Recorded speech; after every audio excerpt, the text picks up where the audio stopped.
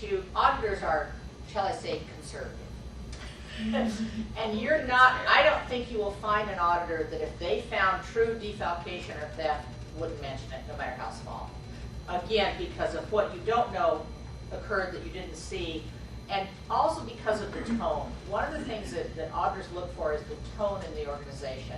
And if the tone is such that people can take things and think that's okay, that's a real big warning sign. So I can't imagine an auditor, no matter how small, if they found theft or defalcation, they would tell you. I just, there wouldn't be a doubt. Do we have questions from our participants that are on the phone? I know sometimes it's hard to jump into it. Is there some questions that people who are on the phone would like to ask? I guess not. How about here? Are there other questions? Oh, there is a question. Okay. Do you have a question? No, I don't have a question. I do have a comment, however, and that's, I find the opposite happening as far as looking at the fraud and being asked the questions. Like at the end of the year, not that I'm trying to be naive and think that nobody in our organization would do that.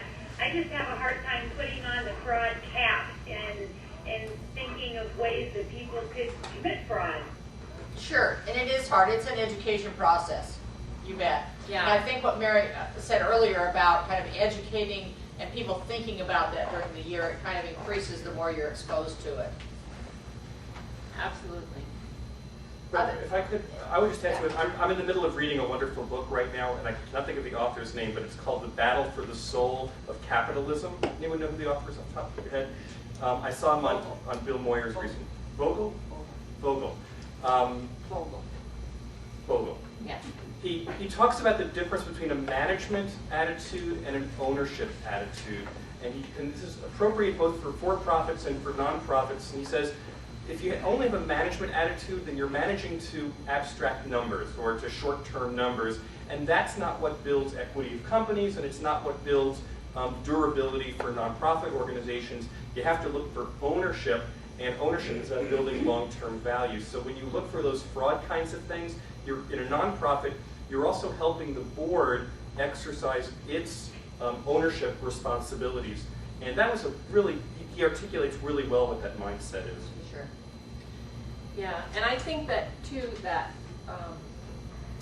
that Sandy, you brought up a really good point about the tone. You know, the tone at the top is something that the auditors also look at when they're doing their planning. And for instance, if the board did not address the material weaknesses or the significant deficiencies that were brought up in past years, there's a tone there that there's a message that's being given that, well, maybe we don't think these things are important.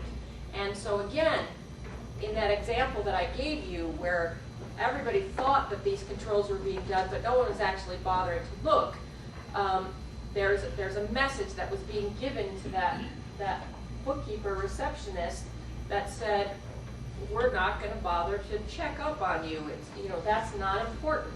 We believe everybody, we trust everybody, and it's really something that then, and I get on my soapbox about this, but you know, if you don't give people opportunities to steal from you, then they will not steal from you.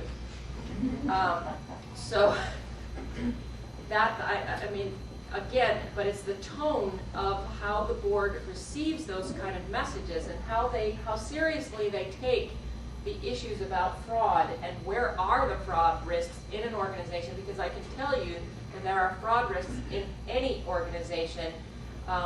You know, it's just what you did about it that, you know, you can never 100% protect yourself against it, but you can do everything that you can to just at least be able to detect it quickly thereafter.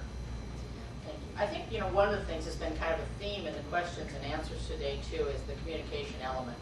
Whether it's talking to your auditors when you engage them, before the engagement, during the year, when you have questions, and they doing the same the other way. What can they help to tell the board? Can they educate the board? Can they educate management? The stronger that communication level, the stronger that communication bond, and the comfort of that bond, the better use you'll make of your auditors, the more you'll get from that connection.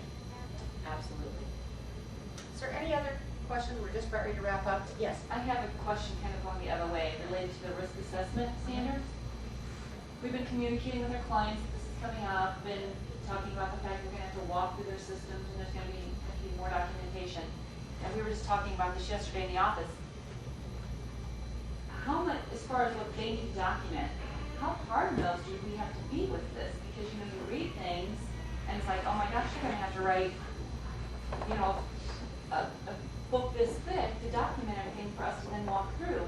I just kind of, generally from some of the CPAs here, how are you addressing that with your clients? How much, I mean, we have some small nonprofits who have no written documentation. We tell them, we don't want to do it for you. You don't want to pay us to do it. You need to start documenting your systems. Well, if we go in and they give us a 2-page document and say, here, we're done, we can't just go, oh, that's great, no, thank you. And I know it's a judgment thing, but just trying to get a feel for how far you go with this. Well, I guess I look at it a little differently, that I don't require my clients to look, to create an accounting manual that I can then test. Because it's my job to understand the internal controls, and so I need to document it. And so when they tell me, and based on my understanding and what they have told me, then I will need to do a walkthrough. And the walkthrough is pretty clean because it's, you know, here's an invoice, I'm going to walk it through, then did they do a PO, did they, you know, who authorized that? I'm going to have a copy of it, I'm going to have all of those things, but I'm not asking the clients to create this much documentation so that I can then test it. No, I know we look at it from our responsibility. We have to understand it and have documentation, but a lot of times it helps to have, for them to have something. I mean, it's just good business practice. Sure. Policies and procedures. I think too, the other key to that is the risk part of that. And that's, for instance, are fixed assets inherently risky in a not-for-profit? Not really. You know, something, you may have a computer walk out the door, but not really. So I think if you can guide your clients in, these are the areas we think you should pay some attention to this year. These are the critical risk areas. Do we care whether you've got 6 months or 5 months of prepaid insurance accrued? Not really. You know, so these are the risk areas. Spend some time on these. Then maybe next year they spend some time on, you know, some others. But it's a guidance thing and growing, but again, it's those risk areas and sitting down with them and really spending some time communicating. And like Mary said, talking to them, taking notes, and you go from there on it. It's really great if they have documentation and they have an accounting policy, but it's a little blue sky for a lot of them. But let me add, as a nonprofit, when I started, here's some wonderful resources locally. The Arts and Business Council, which also runs the program Business Volunteers for the Arts, is where I went.